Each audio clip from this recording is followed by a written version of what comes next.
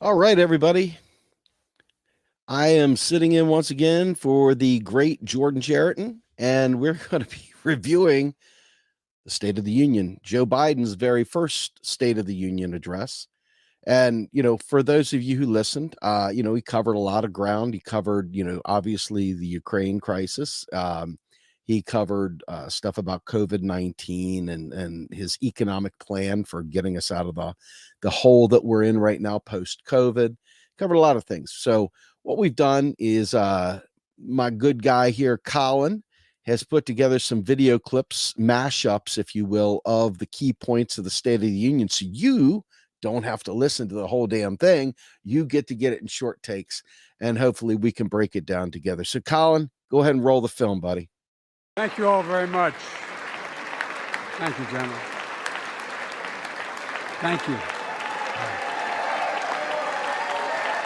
6 days ago, Russia's Vladimir Putin sought to shake the very foundations of the free world, thinking he could make it bend to his menacing ways. But he badly miscalculated. He thought he could roll into Ukraine and the world would roll over. Instead, he met with a wall of strength he never anticipated or imagined. He met the Ukrainian people. The Ukrainian ambassador to the United States is here tonight, sitting with the First Lady. Let each of us, if you're able to stand and send an unmistakable signal to the world of Ukraine. Thank you. Thank you, thank you, thank you. Throughout our history, we've learned this lesson. When dictators do not pay a price for their aggression, they cause more chaos. They keep moving, and the cost, the threats to America and America to the world keeps rising. That's why the NATO alliance was created, to secure peace and stability in Europe after World War II. The United States is a member, along with 29 other nations. It matters. American diplomacy matters. American resolve matters. Putin's latest attack on Ukraine was premeditated and totally unprovoked. He rejected repeated efforts at diplomacy. He thought the West and NATO wouldn't respond. He thought he could divide us at home, in this chamber, in this nation. He thought he could divide us in Europe as well. But Putin was wrong. We are ready. We are united, and that's what we did. We stayed united. All right. Hey, Colin, stop him right there for a second. So, folks, just right off the bat, before we get too deep into this, we're already ramping up. I mean, I'm waiting for him to stand on a aircraft carrier somewhere and yell mission accomplished. Okay. When I heard the initial take where he brought the Ukrainian First Lady in and I saw them immediately pandering to Ukraine, obviously, first things first, right? War sucks. We should never have war. It's 2022. There's no need for war. There's other ways of handling shit. Okay, let's be fair.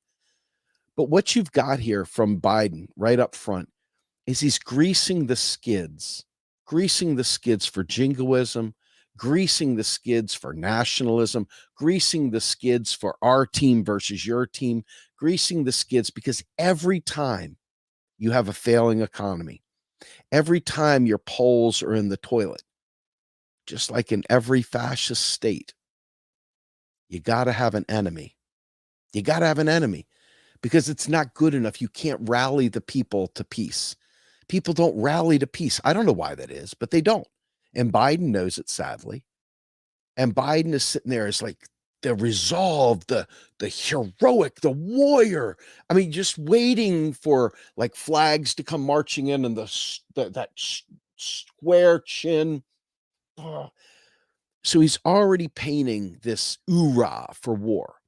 Now, he's talking all kinds of stuff about Putin. And as you heard earlier in our interview with Robert Hockett, this is not a one-way street here, right? There are no good guys at the table. And there's nothing to celebrate about NATO. NATO was put in place for one purpose and one purpose only.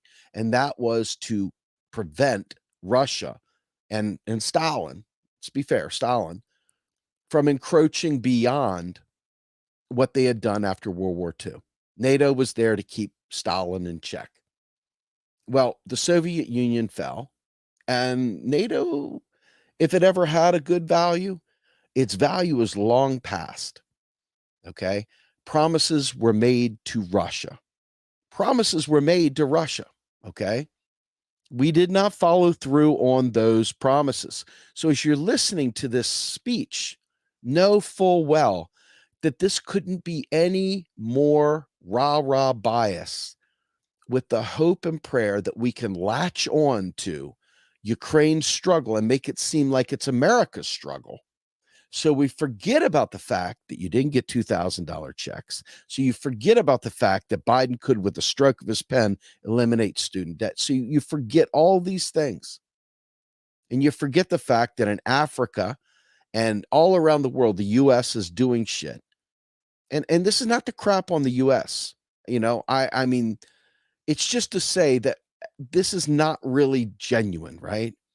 This is really very disingenuous. And I'm afraid the fear for me anyway is that you listen to Biden, you'll understand that he's kind of grooming you. He's grooming you like a predator does to a young girl online. He's trying to groom you into being ready for war, trying to groom you into being ready to support him as if he's a warring president, as if he is the guy leading the troops into battle. He's trying to groom you through this speech. And so I want you to listen to it with that kind of mindset as we go forward. Colin, go ahead and roll it the rest of the way. Extensively and carefully. We spent months building coalitions of other freedom-loving nations in Europe and the Americas, from America to the Asian and African continents, to confront Putin. And now that he's acted, the free world is holding him accountable, along with 27 members of the European Union, including France, Germany, Italy, as well as countries like the United Kingdom, Canada, Japan, Korea, Australia, New Zealand, and many others. Even Switzerland are inflicting pain on Russia and supporting the people of Ukraine.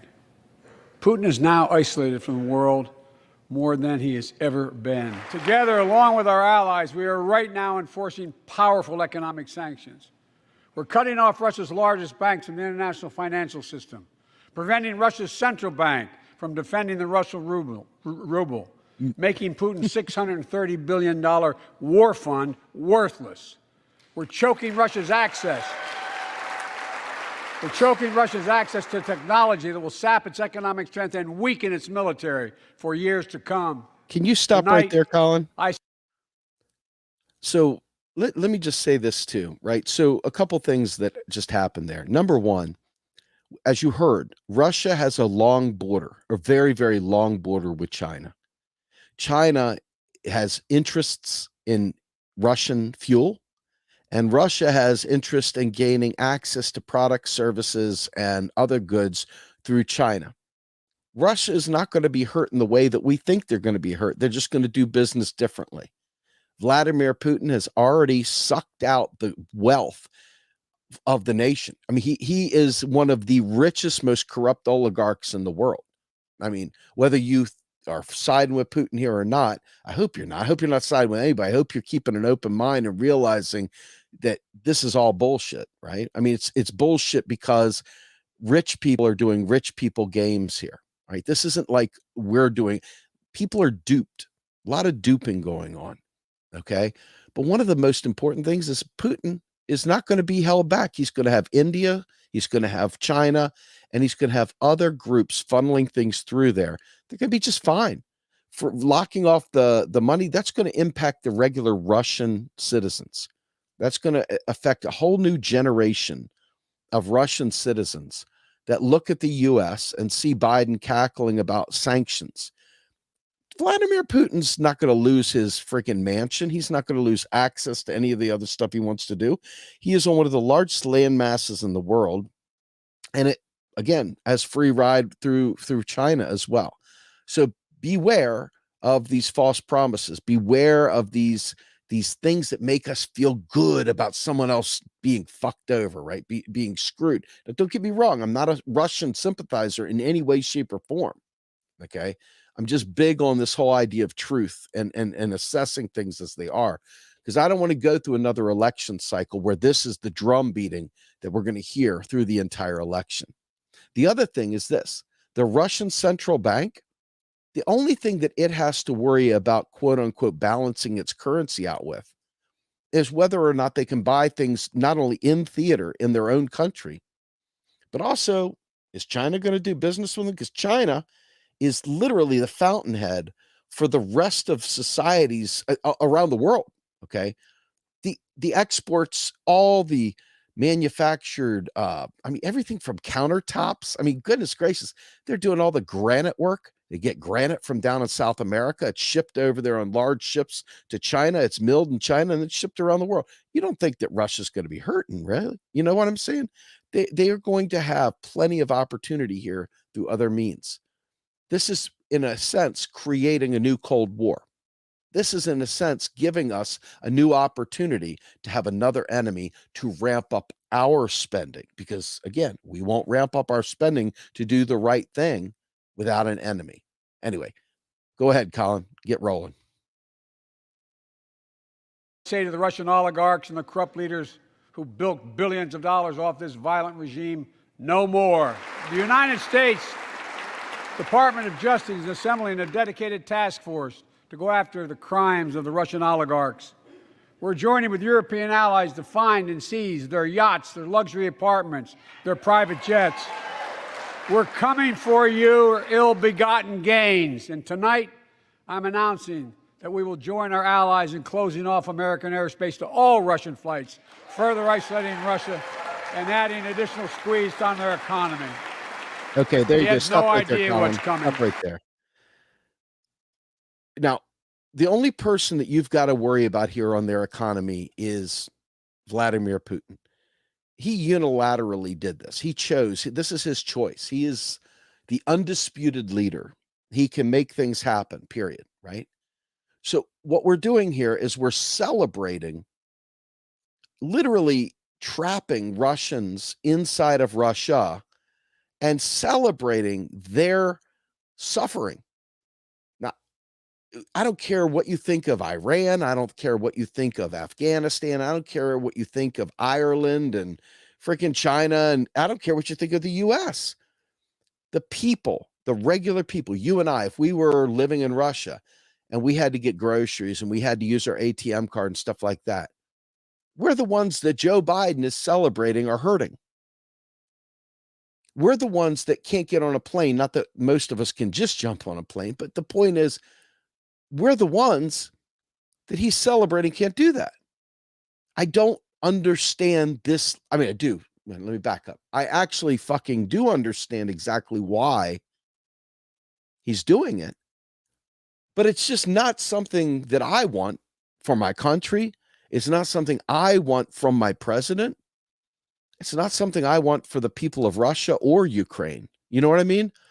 I mean, why in the world do the little people have to bear the weight of the oligarchs' misdeeds or deeds that we're painting as misdeeds or anything? Why do the regular people always have to carry the fucking freight for these fucking Game of Thrones? I don't celebrate this. It's not Vladimir Putin that's going to suffer. It's the regular Russian people that will suffer. Keep rolling, Colin. The ruble has already lost 30% of its value. The Russian stock market has lost 40% of its value, and trading remains suspended. The Russian economy is reeling, and Putin alone is the one to blame. Together with our allies, we're providing support to the Ukrainians in their fight for freedom. Military assistance, economic assistance, humanitarian assistance. We're giving more than $1 billion of direct assistance to Ukraine, and will continue to aid the Ukrainian people as they defend their country and help ease their suffering. Stop it right there. Stop it right there. Stop it right there. So the IMF has already come out and is offering to help Ukraine. Now, Biden, they may offer some stuff there too. The IMF is there to indebt Ukraine for the help they're going to get. Now, I don't know the details. I haven't seen it in writing. This is a speech, mind you, okay? So there's no bill supporting this. There's no policy necessarily in place to show what the U.S. is going to do and whether or not it's going to come directly from U.S. Monies or purchasing power, or whether it's going to come through IMF restructuring. But the IMF has come out before this even happened and said, we're here to help. I think I've covered this before, but I want you all to understand that the strings attached to IMF support or the strings attached to US support are not insignificant. And I don't know how you can look at this and say this is a win for the Ukrainian people. Even if you're angry about the neo-Nazis and stuff like that, and that's your focus, that's your whole focus. Now, that is not the entire country of Ukraine. Let's be fair. And painting it that way, it's almost like, hey, I couldn't read the book, so I bought the bumper sticker kind of mentality. Don't do it. Don't be that guy. Okay, don't be that guy or gal. Please don't be that guy. I think there's other channels out there that give the hot takes like that. You go there if that's your thing. But for this, I think it's important to recognize that while he's sitting here doing this, Joe Biden is drowning in like the worst possible ratings. Got inflation that he's not dealing with correctly. The United States is not answering the questions correctly even. We're not even informing the public about the inflation and things that Biden is trying to distract from here. Okay. Now, I'm not putting it on Biden, by the way. I'll leave that to somebody else that doesn't understand economics. I'll put that squarely on the fact that we came out of a pandemic, the production is down, and that there's price gouging going on all over the place. I know he talks about releasing a lot of fuel to offset the lack of production that's going to come out of Ukraine and Russia from this, but that in and of itself isn't the cause. The U.S. could subsidize any price it wanted. It's ideologically not doing it because it doesn't want to subsidize this, because that would violate the concept of free market, right? So anyway, keep going, Colin. Engaged and will not engage in the conflict with Russian forces in Ukraine. Our forces are not going to Europe to fight Ukraine, but to defend our NATO allies in the event that Putin decides to keep moving west. For that purpose, we have mobilized American ground forces, air squadrons, ship deployments to protect NATO countries, including Poland, Romania, Latvia, Lithuania, and Estonia. And as I've made crystal clear, the United States and our allies will defend every inch of territory that is NATO territory with the full force of our collective power. Every single inch for all Americans. I'll be honest with you, as I always promised I would be. The Russian dictator invading a foreign country has cost around the world. Please stop. And I'm taking robust. Guys, gals, sorry, collective we. Every time you hear Biden talk about they invaded another country, it's like, can you imagine if we all were drunk, drinking, hanging out, and every time we had to take a shot of tequila, every time he told a lie?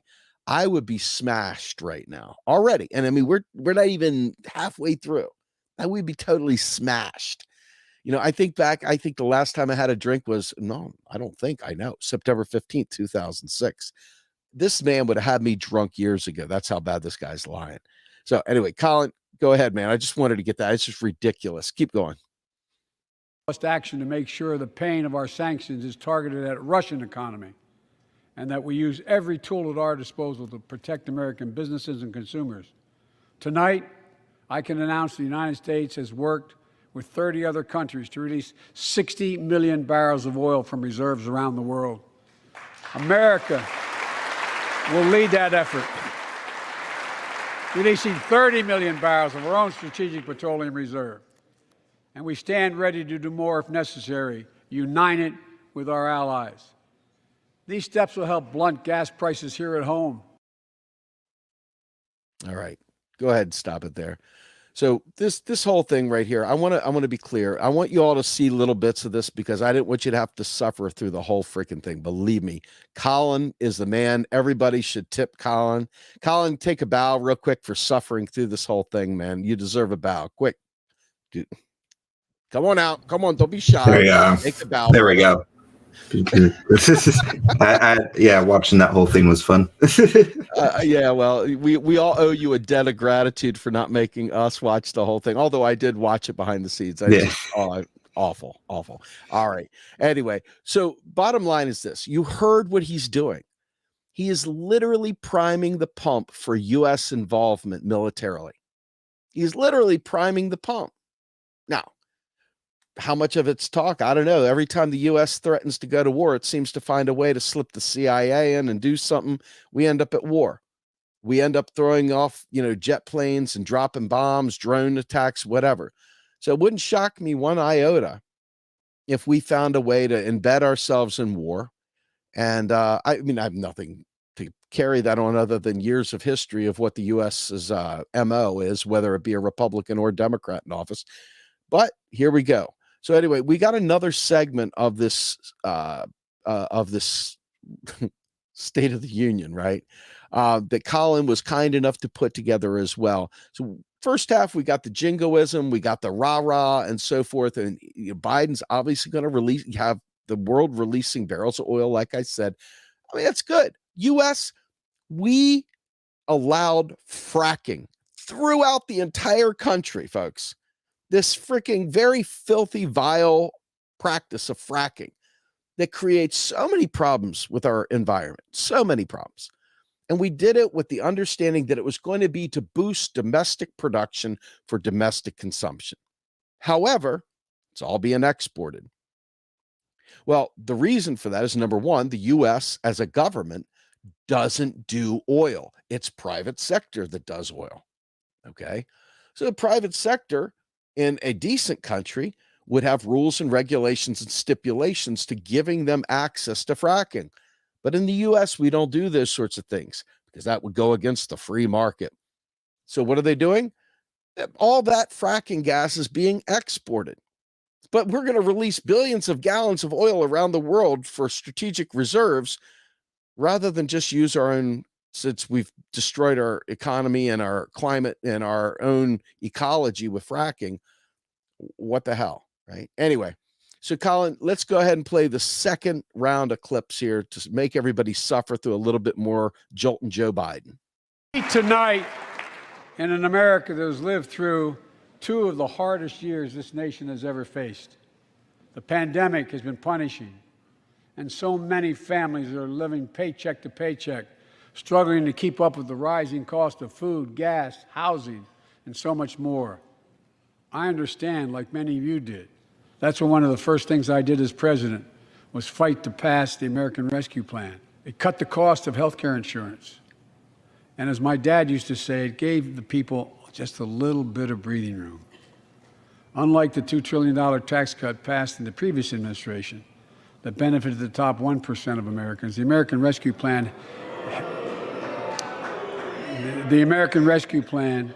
helped working people and left no one behind. For the past 40 years... Oh, stop there.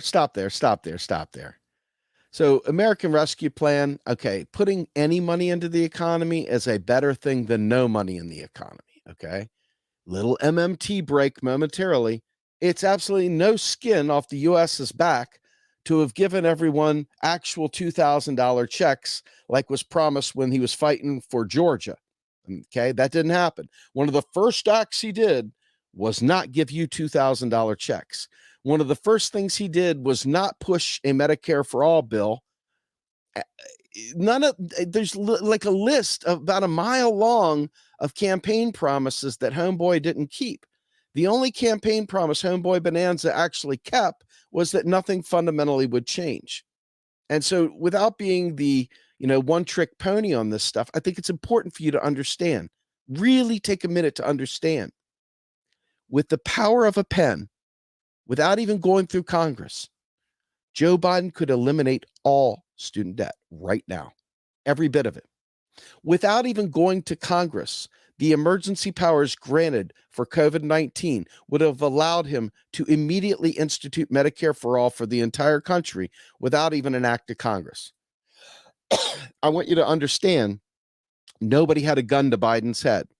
Biden could have easily done these things without even having to fight with Joe Manchin. I want you to understand, he wouldn't have even needed Nancy Pelosi to go out there and fucking do a vote. He could have done it using the existing powers within the COVID-19 legislation, especially understanding that we were in the midst of a pandemic. Could have done this. Both of those things could have been done. And so he's talking about making healthcare affordable. Now, I can't speak to yours, but I could speak to mine.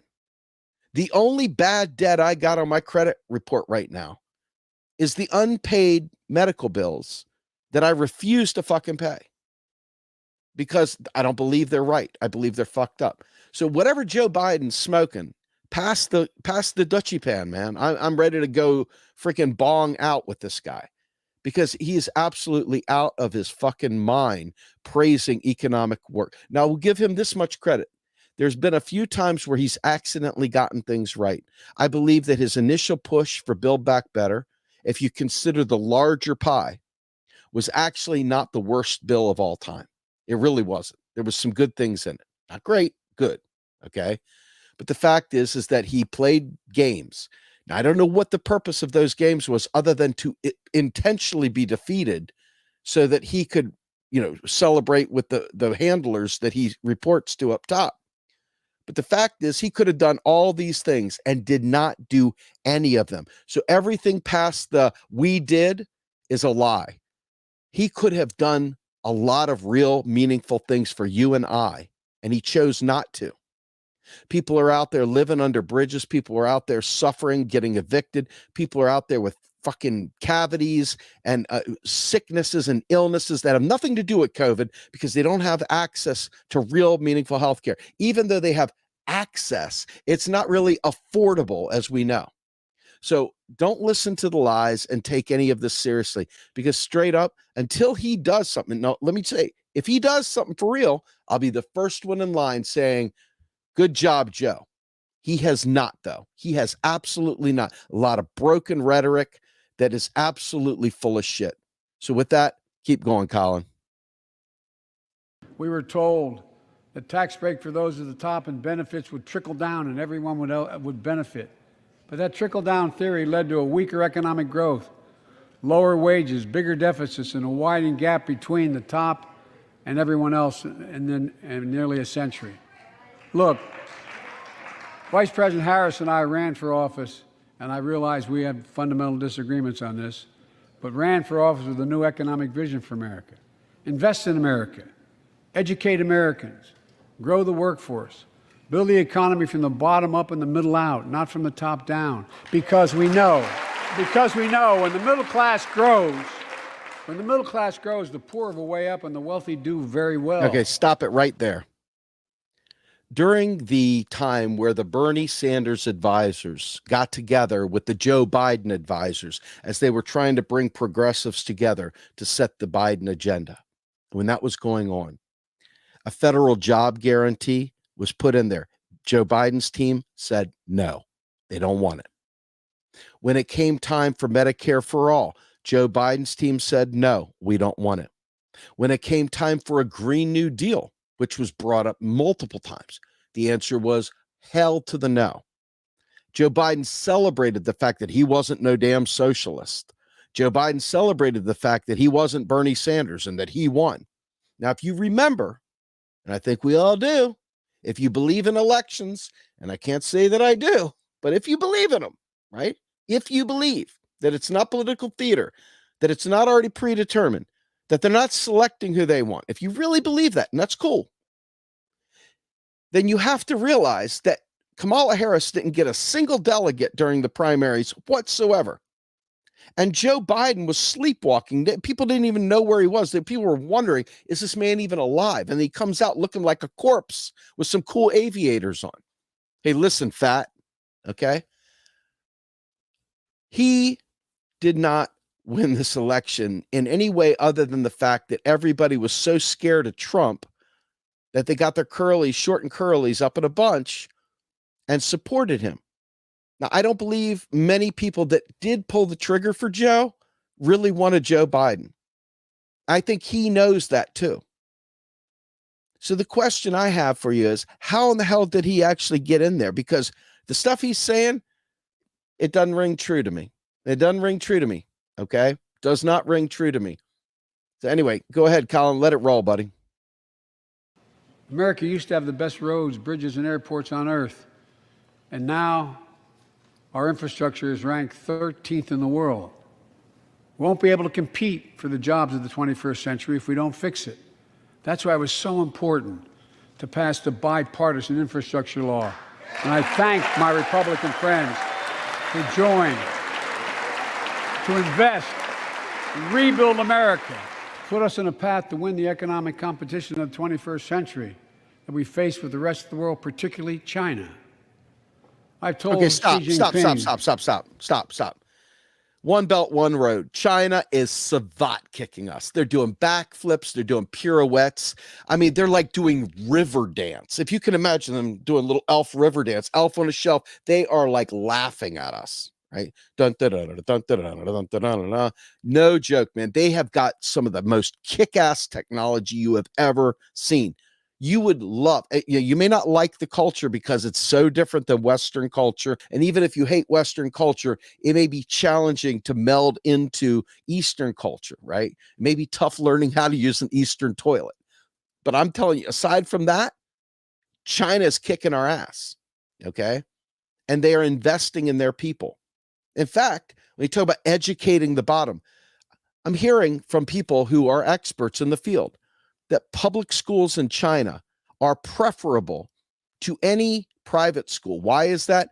Because at some level, even though the government is somewhat authoritarian and has done some things that I'm sure would really, really piss a lot of people off, been underhanded and fucked up, they have proven themselves to still follow through on delivering these key things for the people. People have health care. They don't worry about getting sick in China. They really don't. They know for a fact that they can get treated and it ain't going to break their bank.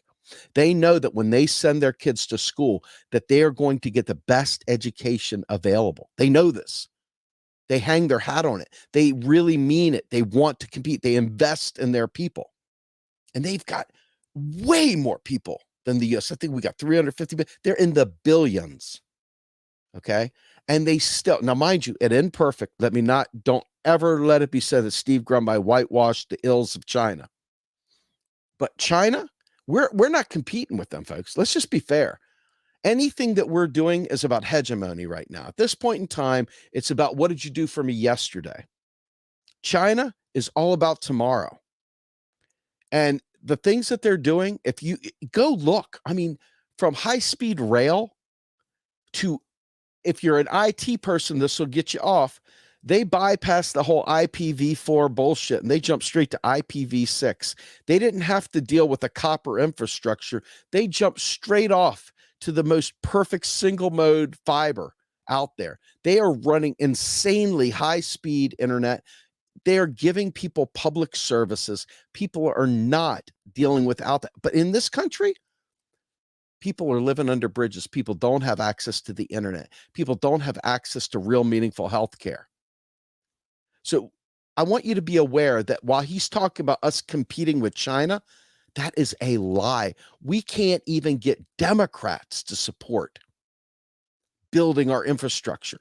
We could create enough money out of nothing. Congress says, write the bill, pass the bill, appropriate the money. Boom.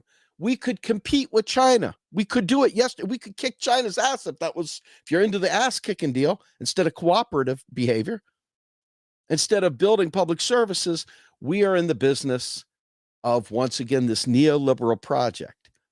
So do not let them ever lie to you and act like we're competing with China. China's already beat our ass. There's nothing we can do about it at this point, not without drastic changes. And we're not going to see those kind of drastic changes unless the oligarchs up above decide that it's time to see those changes. And they won't do that, because to do those kind of changes would have to give us money to do work to create great things. And once we have great things, we might not want to go back. You saw the Great Resignation this summer. All that work, all that rebuilding, building out this beautiful country. No, it's not going to happen. And so the idea of competing with China, it's a pipe dream, folks. It's a pipe dream. Remember, American exceptionalism is exceptional only to people telling the lie, man. Go ahead, Colin, get rolling with it. It's never been a good bet to bet against the American people. We'll create good jobs for millions of Americans, modernizing roads, airports, ports, waterways, all across America.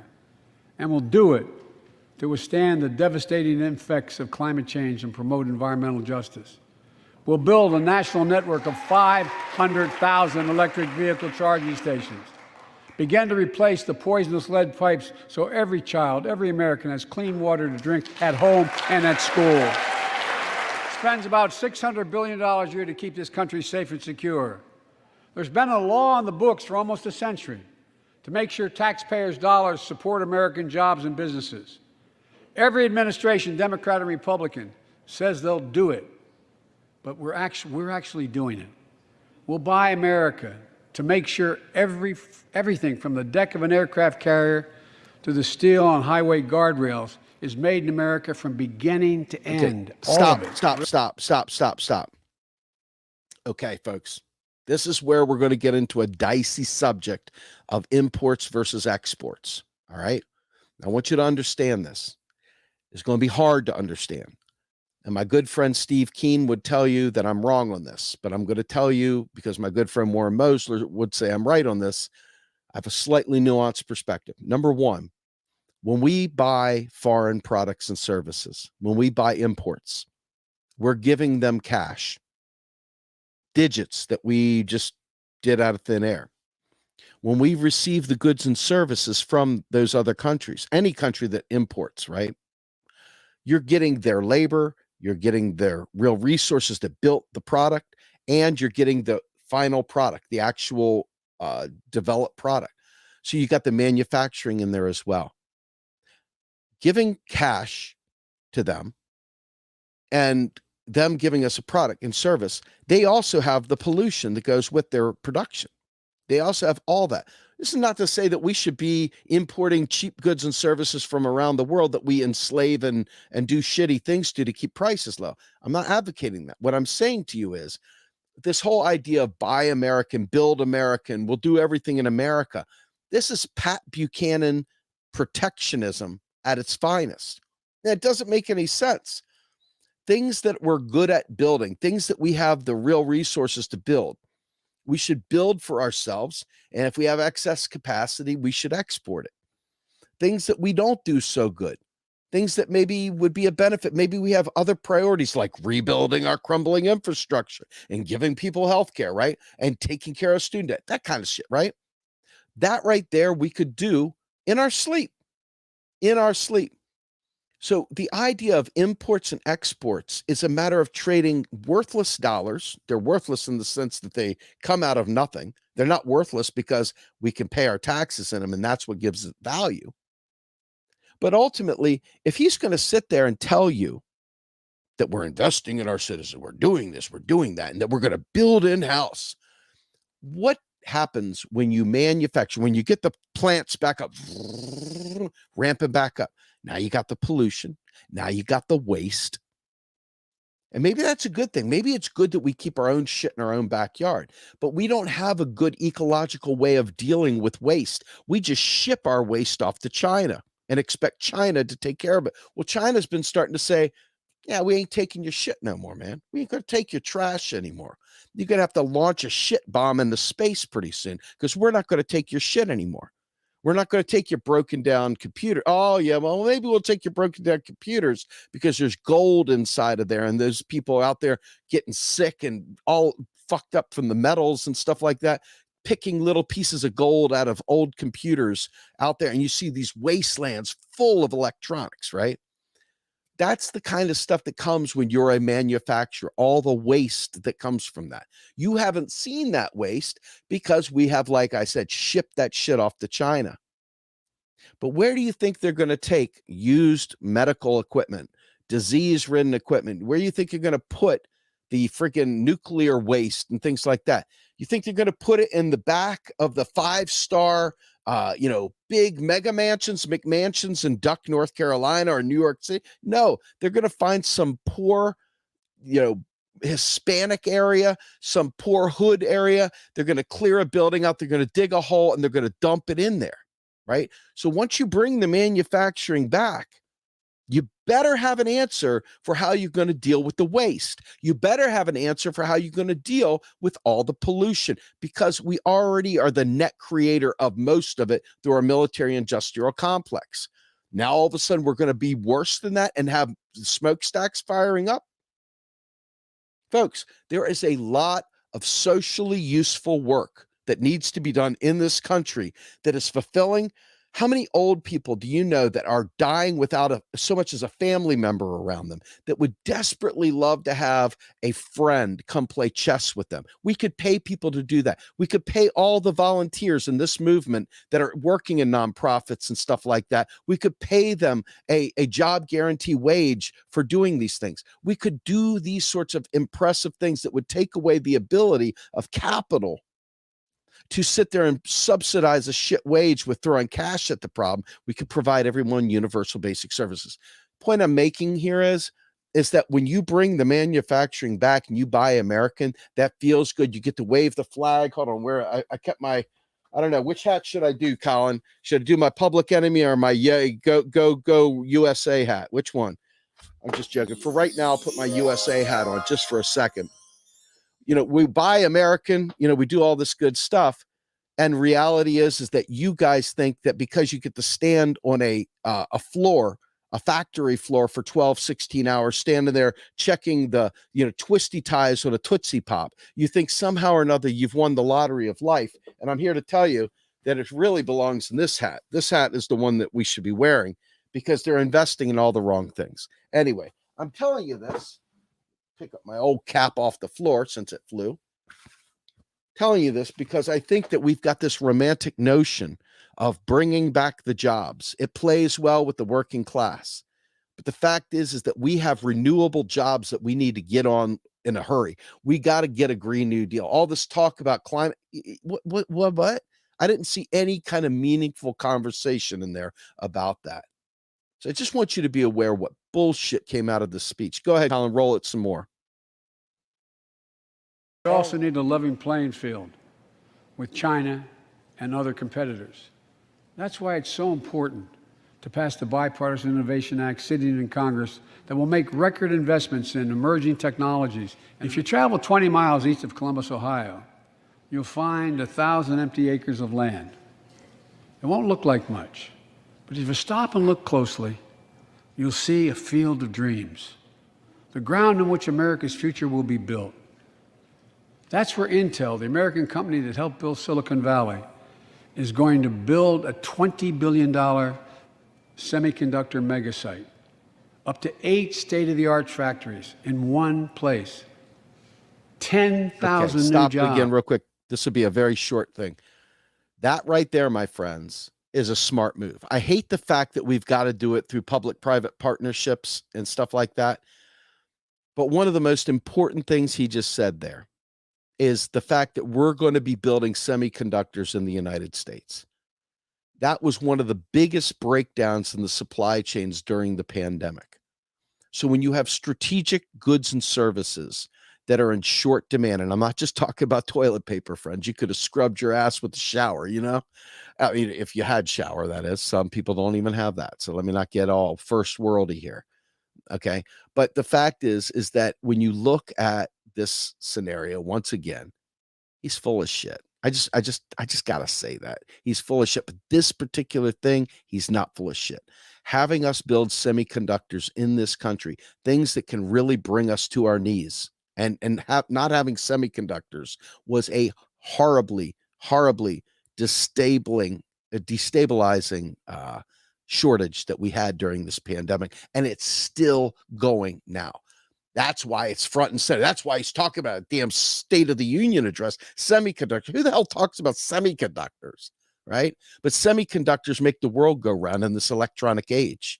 There's nothing that doesn't need semiconductors. So just remember, this is one of the most vital things. So hats off to Biden for one thing. Everything else, fuck you, Biden. This one thing, Nailed it. Go ahead. Keep going. And in those factories, the average job about $135,000 a year. Some of the most sophisticated manufacturing in the world to make computer chips the size of a fingertip, the power of the world in everyday lives, from smartphones, technology, the internet, technology is yet to be invented. But that's just the beginning. Intel CEO Pat Gelsinger, who was here tonight, I don't know where Pat is. Pat, there you go, Pat, stand up. Look at cars last year. 1/3 of all the inflation was because of automobile sales. There weren't enough semiconductors to make all the cars that people wanted to buy. And guess what? Prices of automobiles went way up, especially used vehicles as well. And so we have a choice. One way to fight inflation is to drive down wages and make Americans poorer. I think I have a better idea to fight inflation. Lower your costs, not your wages. I may be wrong. Stop right there. Stop right there, right? So there's a term that you should get used to, and it's called stagflation. I'm not going to get into a whole lot about this because it's kind of nerdy stuff, but it's important stuff, okay? The fact is that wages have not kept up. Wages have been kept artificially low. And the fact is that they're actually reducing spending in so many ways. The spend has gone down. We talked about it going up. People think that that is what created inflation. I assure you, folks, inflation was not caused by printing fucking money. If you see someone say that, you have my permission to drop the elbow from the top rope. It's not why it happens, okay? But stagflation, be prepared, because what we're seeing right now is we're still seeing wages kept artificially low while the rich have gotten even richer. So just keep in mind, stagflation could be a thing, could be a real thing too. Go ahead and keep rolling, Colin. If we took a secret ballot in this floor, that we'd all agree that the present tax system ain't fair. We have to fix it. I'm not looking to punish anybody, but let's make corporations and wealthy Americans start paying their fair share. Look, last year,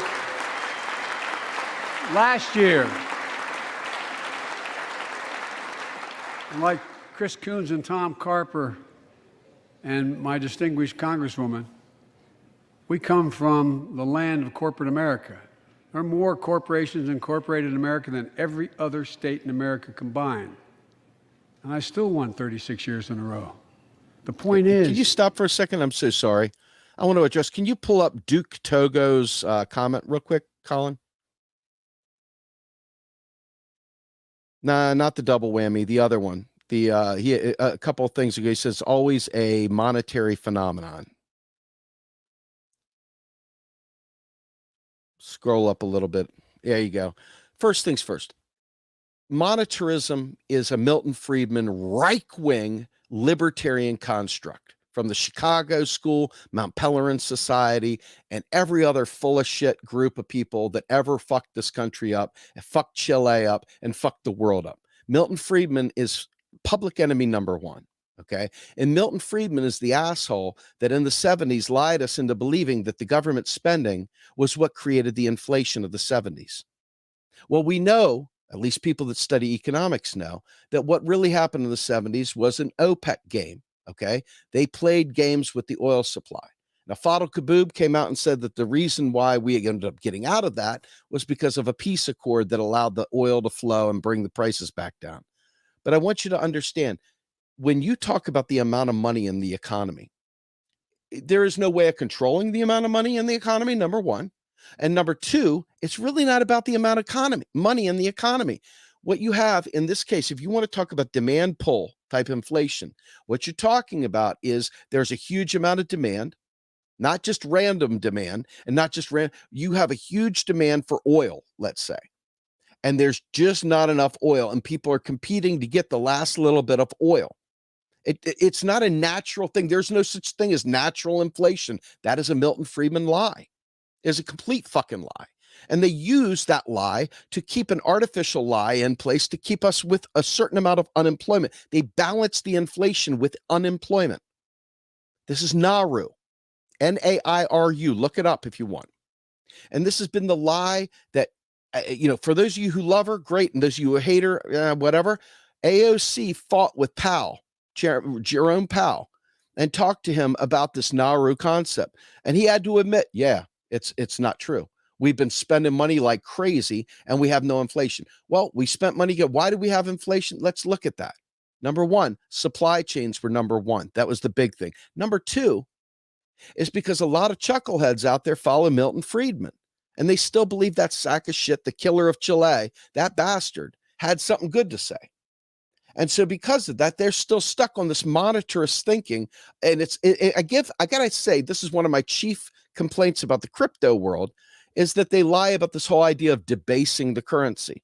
Well, you can't debase a free-floating fiat currency. It's literally not how it works. It's literally impossible, but they still do it. Why do the right-wing libertarians push that logic? Because they want you to buy shitcoin. They want you to buy these things, okay? So by literally saying the lie of Milton Friedman, which is the libertarian mindset, which is what's driving like price 78, 90% of the friggin' crypto craze, when you look at that, you understand that it's based on a lie. Now, hypothetically, if we spent $10 trillion into the economy all at once, but we spend it at the top, what are we going to have? You're going to have some asset bubbles. You're going to have asset valuation. That was where you're going to see the big boom. And that could happen based on them bidding up the prices of real estate, based on them bidding up the prices of other things, but it has nothing to do with the amount of money. Now, let's say hypothetically, I give all of us $1 million. Well, I know for a fact that me personally, with $1 million, I have a lot of things I want to get done. I want to get my teeth filled. I want to get some physical shit done body-wise, probably thousands of dollars of health problems I've got to fix. I probably want to get some things done on my house. So all of a sudden, I'm going to be spending money for demand that I put off because I didn't have access to execute on the real needs I have for my life, and most people have in their life. And if you heard my discussion the other day about Medicare for all, the issue isn't about Medicare for all being good or bad. The issue is, do you have enough doctors? Do you have enough nurses? Do you have enough lawyers? Yeah. Do you have enough phlebotomists? Do you have enough, gurneys, hospitals, whatever? If you don't have enough of them and you give everyone access to healthcare, you're not going to have enough service providers to provide the base services you have. So you will have bottlenecks, you will have supply chain issues, and you could have price hikes as a result of that. Now, whether it comes in the form of price hikes or it comes in rationing care, that's another story. It's another conversation, okay? But it doesn't have anything to do. Inflation does not start as a result of printing money.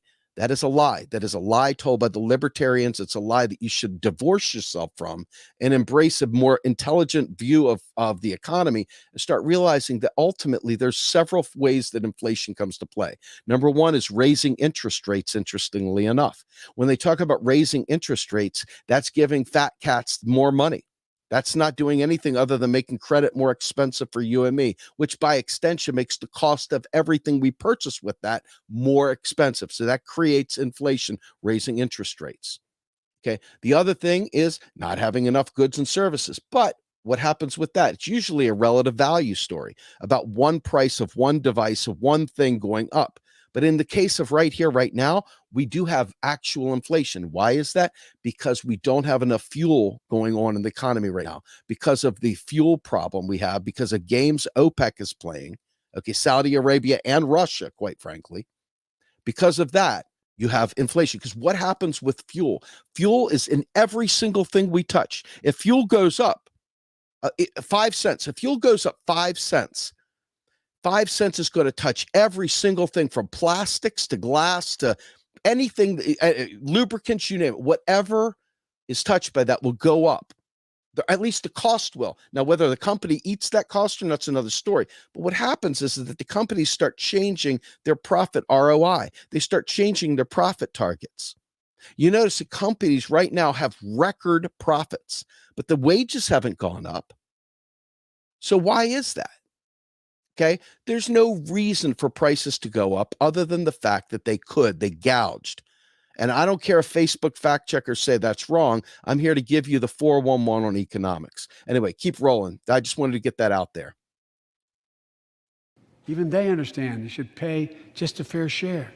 Last year, 55 of the Fortune 500 companies earned $40 billion in profit and paid zero in federal taxes. Now look, it's not fair.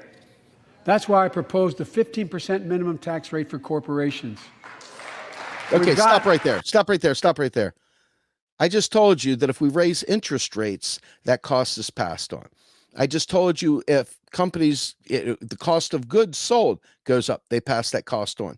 Biden is going to tax corporations. Now, I know that gets you, you feel like, yeah, got him. It's like, right? The problem is, what is corporations going to do? You think, well, guys, they raised taxes on us. We're just going to have to eat it, guys. No, what's going to happen is the price of goods are going to go up and you're going to have more inflation, right? The way to fix inflation in this country, if you want to really get down to it, is to build out the supply chains, to build out the trade routes, to build out the trucking routes, to add, the hyperloops. I don't know if y'all have seen the hyperloops, but they got these like transport things that go in these tubes that you could send goods and services like bam, just like that. Put the truckers out, give them money, get trucks on it, do whatever you got to do. But the bottom line is that by increasing the ability to move goods and services, you bring costs down. Okay. And ultimately the inflationary pressures down as well. It's about supply chain management. Anyway, keep going. And that's why in the G7 and other meetings overseas, we're able to put together, I was able to be somewhat helpful, 130 countries agree on a global minimum tax rate. So companies can't get out of paying their taxes at home by shipping jobs and factories overseas. All right, stop for a second. I don't want to hear USA. Stop for a second, Colin. USA, right? I'm ready to go to war now, right? Right. When you hear them talking about their fair share in taxes, I want you to understand that you mentally have to do something that's going to be very challenging to understand the real way this works, or you'll always be in the spin cycle. You'll never be able to dig your way out of the crap, okay? You've got to divorce yourself from the idea that we're raising taxes to pay for things. They're two different loops. The tax goes in to drive the need for currency. The tax makes you need that currency because you can't pay your taxes in chicken necks, sexual favors, or anything. You can't buy them in fingernails. Only thing you can pay your taxes with, not even Bitcoin, is literally US dollars. Okay. So by needing US dollars, because they impose this coercive thing on you, which I mean, I'm not a libertarian, so it's not going to offend me the way it does some. But the fact is, it's that obligation, that nominal obligation that keeps the tax going, keeps the money going. Okay. So this idea of paying your fair share, we should have a progressive tax system. There should be no billionaires in this country. There's no reason for a billionaire to exist. Okay. But we don't need their money, folks, to do the things we need to do. And when folks save, when folks offshore, when folks take money and basically hide it away, that is called a demand leakage. So if you have a bathtub and that's the economy, you have a drain at the bottom, that's taxes, they're just flushed, like flushing down the toilet. That's all that does. It's just because they print money. I hate that word. God damn, I hate that word. But they're spending money into existence and they're taxing it out of existence. So you got these two flows going on. One is not being recycled to pay the other. It drops out the toilet. They flush it away. Those dollars don't exist anymore. They're purged from the system. But the spending, if it doesn't keep up, eventually the water in the tub goes down like this. And now all of a sudden you end up with the Bill Clinton issue, where he was celebrating his balanced budget, celebrating a surplus that everybody was so wrapped around the axe. Oh, this is so great. We ran a surplus. It was so good, right? Well, Bush, as soon as Bush got into office, and I hate Bush, but as soon as Bush got into this office, he inherited a damn Clinton recession. because when you take that much money out of the economy, it creates the grounds for recession. See, this is the thing. People think, oh my God, we just didn't tax enough. We need more taxes for the corporation. We need more taxes. But the problem is that the taxes are deleted. So if the taxes are deleted and you're begging for more, you're creating more recessionary pressure without spending. You got to increase spending to offset what they call demand leakages. Like I said, offshoring, tax avoidance, all these different things, but private savings too. Okay. So these demand leakages are what they do. And it ultimately, raising taxes does not help in the way you think it helps. So I'm not saying don't raise taxes. I'm saying use taxation for the tool it's meant for, as a brake or a gas pedal for the economy, and to discipline when people do the wrong thing. For Pigovian, it's called Pigovian or sin tax. Okay. So remember, I'm not making this up. It's not some weird thing. At this point, it should be common knowledge. Taxation at the federal level is just an offset for inflation, just an offset for driving the need for the currency. It no longer, and hasn't, well, maybe ever, it does not pay for spending. During the gold standard era, we would print so much money against a set pool of gold. Different world, different time, ended in 72 with the ending of the Bretton Woods Accord. So this right here, what we're talking about, is a very, very different story. Very, very different story. So don't get excited when they talk about taxing corporations, because ultimately it just ends up being passed on to you. Go ahead, Colin. That was actually the last of it. Well, hey, thank God the bleeding is over. The bloodletting is over. We're done with Joe Biden for the next 24 hours, folks. Thank you so much for joining us here at Status Coup. It was a fun hour. Hopefully you learned something. Hopefully it wasn't a horrible thing. Hopefully we were able to enjoy the State of the Union together differently, and hopefully I didn't put your feet to sleep with all my economic explanations, but hopefully you learned something, because I worked really hard to get this. I hope that it benefits you all too. I'm Steve Grumbine with Status Coup. Please smash the like button, share this turkey around, and become a donor. This is one of the truly great media outlets. I hope you guys honor it by becoming members, honoring Jordan, who does tireless work. And I really am appreciative to get a couple minutes on the stage with you guys. Thank you so much for being kind to me and having me with you. I'm out of here.